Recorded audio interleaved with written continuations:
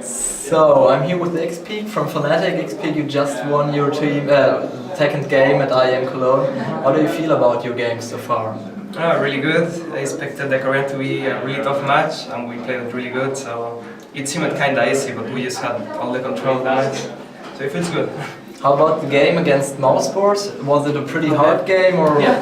moreover easy for you? Yeah, against Eclipse, the first match. Millennium, sorry. Yeah, so it was like we were confident, we had played them in the past, and we knew we could win, but it was the first match, so we were a bit less confident, thinking that they could do really good, but we just started the game, played our game, and snowballed since the beginning.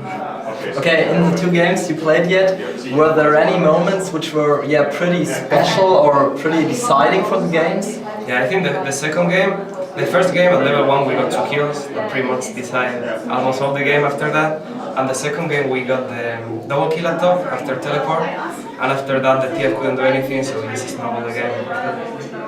Okay, with your last game against Mouseboards coming up in 1.5 hours, do you expect you to win pretty easy or may it be a tough challenge as well? Yeah, well, we expect to be easy, but won't underestimate them. We'll play our best, we'll watch their game now and see how they do. We will just try to make it easy, but we will be prepared for it.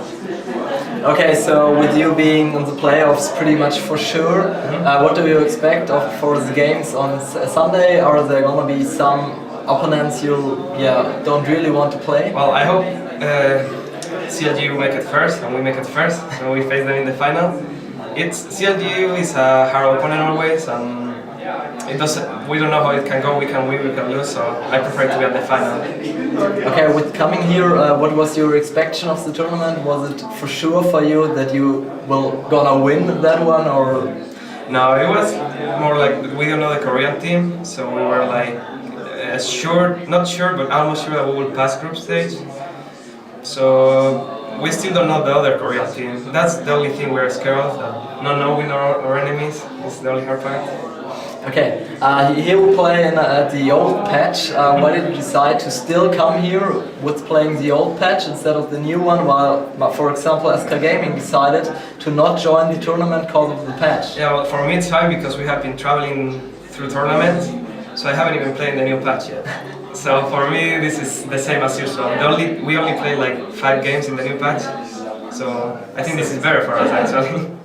Okay, for the tournament here, you were pretty expected to be good because you played very impressive games the last weeks. What was maybe your most impressive game in the last tournaments? Well, the most impressive, I guess, is TPA. We didn't expect to do that good. The Season 2 champions, and we just beat them like 4-0.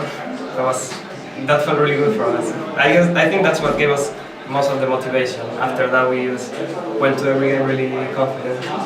Okay, which tournament winning or maybe second place was more important for you? The DreamHack win or more the IPL 5 second place finish? The IPL is like bigger, but I think DreamHack was like the first one. We didn't expect to win at CLGU at that moment, but after winning them, I think we got super confidence and a really boost to our skills. Like we played really good after that match. After winning DreamHack, I think we played way better. Okay, with the Season 2 championship, it wasn't really good as expected maybe for you. What is your opinion? What can you reach in Season 3? Well, I think Season 2 was super close. Like we got 4 and only 3 qualified. So Season 3 we expect to keep the level up, so we don't have this problem of being almost qualified but not qualified. We want to be there on the top and we want to have a sure spot in Season 3. Okay, which opponent is in your opinion the most tough in Season 3? I think it's mostly junglers. It depends. For example, if we let Froggen play Anivia, he's really strong and annoying, but without Anivia he's not so strong. It's mostly about the jungler. Depends how much he ganks and how much pressure he puts. Okay, let's come to the champions at all. What's your favorite champion overall? Well, I always like to play Ari a lot. Like she's really. I used to play Cassidy a lot, and I like jumpers. So Cassidy is a bit bad now. Cannot play him that much. But Ari is really good, and I love to play her. The ultimate is really great. Okay, overall, who is in your opinion the maybe strongest mid laner in the world? Well, that's hard to tell. There are a lot. Like as I said, when you are at the top, like all of them are kind of the same level. One-on-one is really weird that you can kill one of them. It's mostly about the jungler, but I'm not sure. I cannot really say, like probably the most famous ones, like Frogger everyone will say, or Toit is really good as well. Messiah is really good. Actually, people say Messiah is the best, but I think there are some that are better. Messiah has a better team, but he's not the best mid laner for sure. Okay, so for Fnatic as a team, do you think there's any player being a special player, maybe the one to make the team win?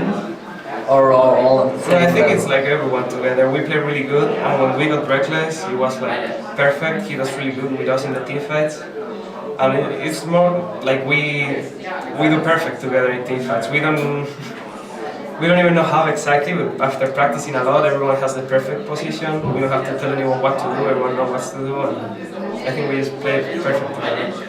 Okay, so in your opinion, it's more important to have an amazing team play than having pretty strong, single players? Yeah, well, if you have the 5 best players in the world, it's really good, but if you have one that is the best and the others are not, but your team play is bad, I think team play is for sure better. Like 5 good players with good team play will beat the 5 best players with no team play.